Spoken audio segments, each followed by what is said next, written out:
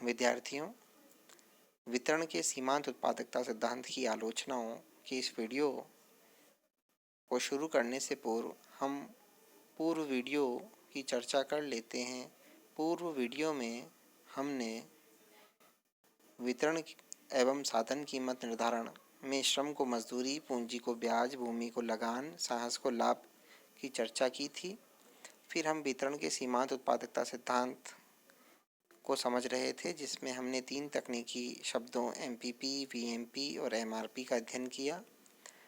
और फिर हमने सिद्धांत के बारे में जाना कि जेबी क्लार्क द्वारा यह दिया गया और कथन ये था कि दीर्घकाल में प्रत्येक साधन को उसकी सीमांत उत्पादकता के बराबर प्रतिफल प्राप्त होता है।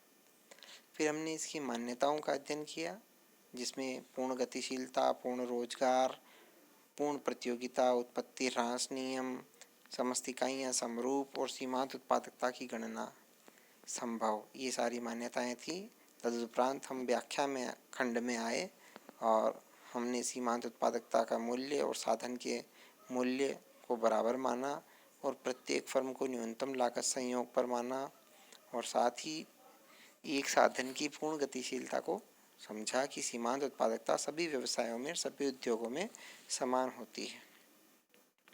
फिर संतुलन की चर्चा करते हुए हमने पूर्ण प्रतियोगिता एवं अपूर्ण प्रतियोगिता की चर्चा की। पूर्ण प्रतियोगिता में अल्पकाल और दीर्घकाल। फिर हमने संतुलन की 3 शर्तों एमपीपी बराबर एमएफसी, एमआरपी वक्र एमएफसी वक्र को ऊपर से काटते हुए नीचे आए और तीसरी साधन कीमत का निर्धारण एएफसी से और उत्पादन के मूल्य का निर्धारण वीएमपी से होता है।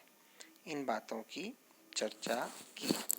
तदुपरांत अल्पकाल की 3 दशाओं के चित्रों द्वारा व्याख्या हमने प्राप्त की। पहली चित्र में हमने देखा कि कोई भी एकाधिकारी या पूर्ण प्रतियोगी शोषण नहीं है, न ही नियोक्ता को हानि हो रही है, चूँकि यहाँ पर सीमांत उत्पादकता के बराबर ही मजदूरी श्रमिकों को प्राप्त हो रही है। दूसरे चित्र में हमने देखा कि चूँकि मजदूरी की तुलना में साधन द्वारा उत्पादित वस्तु का मूल्य अधिक है, अतः WTSH के बराबर श्रम का पूर्ण प्रतियोगी शोषण हो रहा है। यह नियोक्ता का अतिरिक्त लाभ भी है। अल्पकाल के अंतिम चित्र में हमने देखा कि यदि मजदूरी की तुलना में उत्पादन का मूल्य कम हो तो नियोक्ता को हानि होगी।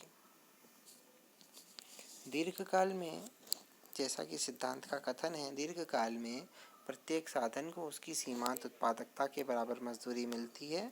इस चित्र में भी साधन की मजदूरी OW उसके द्वारा किए गए उत्पादन के मूल्य OH के बराबर है। तदुपरांत अपूर्ण प्रतियोगिता में साधन कीमत का निर्धारण मिसेस जॉन रॉबिन्सन द्वारा लागू किया गया। इस चीज़ को हमने जाना और चित्र के द्वारा श्रम के एकाधिकारी शोषण को समझा और उसकी लिखित में व्याख्या प्रस्तुत की कि श्रम का एकाधिकारी शोषण बराबर ARP माइनस AFC या VMP माइनस AFC।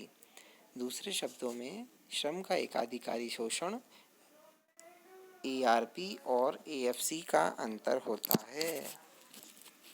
अब हम सिद्धांत की आलोचनाओं पर चर्चा करेंगे।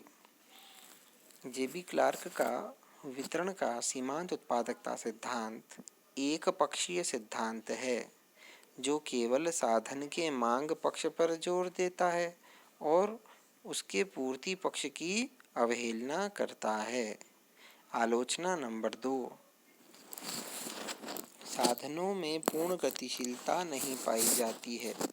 विद्यार्थियों, जैसे कि मान्यताओं पर चर्चा करते हुए भी मैंने आपको बताया था कि कोई व्यक्ति यदि बाल काटने का कार्य कर रहा है और उसे कपड़े सीने का काम दे दिया जाए तो वह उतनी दक्षता से कार्य नहीं कर पाएगा।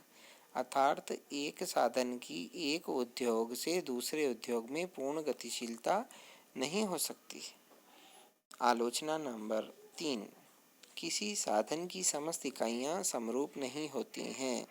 यदि आप शिकंजी बनाने के लिए नींबू भी लाते हैं तो आप देखते हैं कि कोई नींबू का आकार छोटा बड़ा हो सकता है, रंग में अंतर हो सकता है, उसके अंदर से निकलने वाले रस की मात्रा में भी अंतर संभव है। अतः उत्पादन की समस्त इकाइयां समरूप होना भी वास्तविकता से परे है।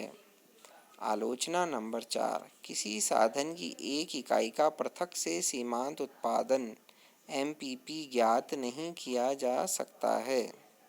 आलोचना नंबर 5, पूर्ण प्रतियोगिता एक काल्पनिक स्थिति है, क्योंकि पूर्ण प्रतियोगिता दुनिया में कहीं भी नहीं पाई जाती है। न तो अनंत क्रेता होते हैं किसी वस्तु के और न ही अनंत विक्रेता। अतः पूर्ण प्रतियोगिता वास्तविकता में नहीं पाई जाती है। आलोचना नंबर 6, पूर्ण रोजगार अवास्तविक। हमारे आसपास गांव, शहर, मोहल्ले, अर्थव्यवस्था में हम देखते हैं कि कोई ना कोई व्यक्ति तो किसी न किसी रूप में बेरोजगार होता ही है। अतः यह मान लेना कि अर्थव्यवस्था के सभी साधनों को किसी समय बिंदु पर पूर्ण रोजगार प्राप्त है, यह सही नहीं है, क्योंकि साधन का यहाँ तात्पर्य केवल श्रमिकों से नहीं है। कुछ घर या दुकानें अभी भी खाली पड़ी हैं, उन्हें किराएदार नहीं मिले। कुछ पूंजी अभी भी बैंकों में पड़ी हैं, उन्हें ऋण लेने वाले नहीं मिले। और कुछ श्रमिक ऐसे हैं जिन्हें मजदूरी या रोजगार नहीं मिला। और कुछ साहसी भी ऐसे हैं जिनको कोई ठेका या कोई व्यवसाय अभी नहीं मिल रहा है। आलोचना नंबर 7, विभिन्न साधनों की सीमांत उत्पादकता का योग कुल उत्पादन नहीं होता। विद्यार्थियों, यह बहुत ही रोचक किंतु सत्य बात है कि सीमांत उत्पादकता का योग कुल उत्पादन नहीं होता। उसमें कच्चे माल और अन्य साधनों का भी योगदान होता है।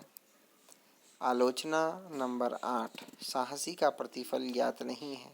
साहसी जो कि नियोक्ता है, जिसे लाभ प्राप्त हो रहा है, लेकिन सिद्धांत के चित्रों को भी आप देखें तो उसमें अलग से साहसी का कोई प्रतिफल नहीं बताया गया है।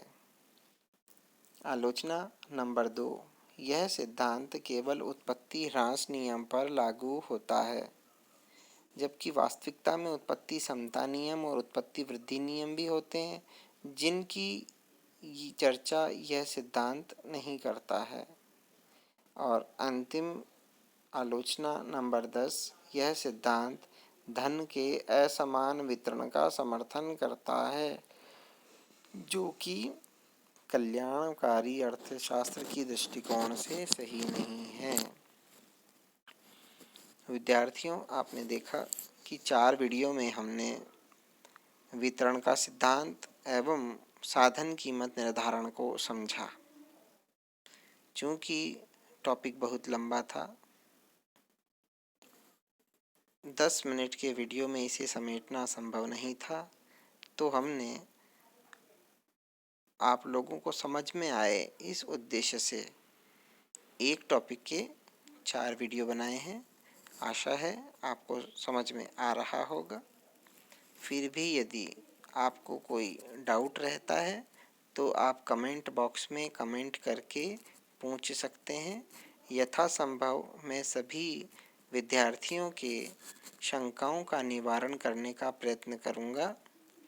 इस वीडियो में भी मैंने शुरू से लगाकर एंड तक सारी बातें संक्षिप्त में समझाई और फिर आलोचनाओं को डिटेल में समझाया है। अगर आप सारे वीडियो देखते हैं तो आपका एक बार देखने में ही 3 बार रिवीजन हो जाएगा और आपको यह बातें परीक्षा में भी याद रहेंगी। इसी कामना के साथ वीडियो को यहीं समाप्त करते हैं। वीडियो देखने के लिए आप सभी का बहुत बहुत धन्यवाद। इसी प्रकार से वीडियो देखते रहें।